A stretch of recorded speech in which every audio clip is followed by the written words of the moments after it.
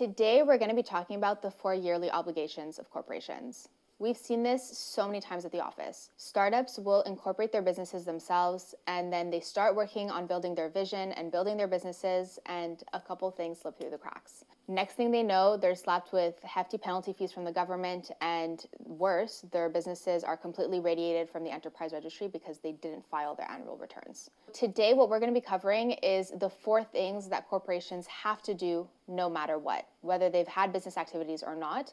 And this ensures that your business isn't slapped with hefty penalty fees and also isn't completely closed off by the government. The first thing that businesses have to do every single year is evidently file their corporate taxes and pay their corporate taxes. Every single year, a corporation has to file its annual corporate taxes 6 months from its financial year end. For example, if your financial year end is December 31st, by June 30th, you should have filed your taxes. They have to also pay their annual corporate taxes within 3 months from the year end. These are 2 different deadlines. You want to make sure that both of them are done on time.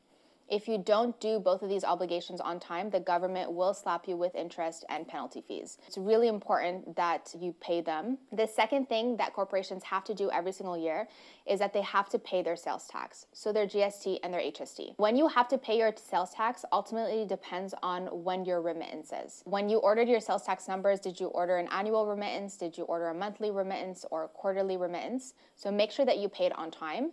Typically, the government will send you a letter in the mail to tell you that it's time for you to pay your taxes. And on that letter, there's going to be a deadline for when it's due. Make sure that you have them filed by that date, and if you've paid off your sales tax by that date as well. If you don't do it, you will be charged interest and penalty fees per day. It's really hefty. Make sure that you do it on time. The third thing that you want to make sure that you do every single year, and this is the one that people most oftentimes forget, is to file your annual return at the registries. If you have a provincial-based business or a Quebec-based business, every single year, you need to file an annual declaration at the Quebec Enterprise Registry. If you don't file the annual return for 2 years in a row, the Quebec Enterprise Registry will completely radiate your business from the registry. Your business will be closed off by the government, and the only way for you to reopen it after that is to file articles of revival and to revive the business, which is a very expensive process. Try to avoid it if you can. If you have a federal-based business, you're going to be filing 2 returns. You're going to file first your annual return at the Federal Enterprise Registry, which is $20 a year,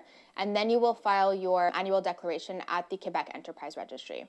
Again, same principle applies. If you don't file it for 2 years in a row, the registry will permanently close off your business, and you will have to then go ahead and revive the business to reopen it again, which is very expensive and very lengthy. The last thing that businesses have to do every single year is update their minute book. This is one of the ones that people oftentimes don't even think of, or they don't even know they have to do. Every single year, you need to file in your minute book what's called a yearly resolution. The yearly resolution is a very basic, simple resolution, but all it does is that it accepts the financial statements of the last year.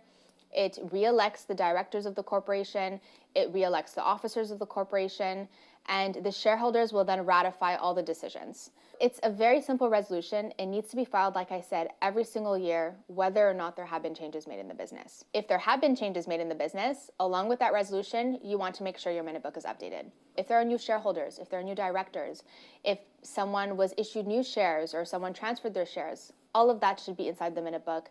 And obviously, you'll always have to update your ledgers and your securities registries and your share certificates if there have been changes made. With all of these things being said, if ever you're not sure of how to do any of these things, if you're not sure how you would go about making any of these changes, you can always contact us here at the office. It would be our absolute pleasure to help you. All the contact information is in the box below. And don't forget to subscribe to this channel. We upload new videos every single Monday. So I'll see you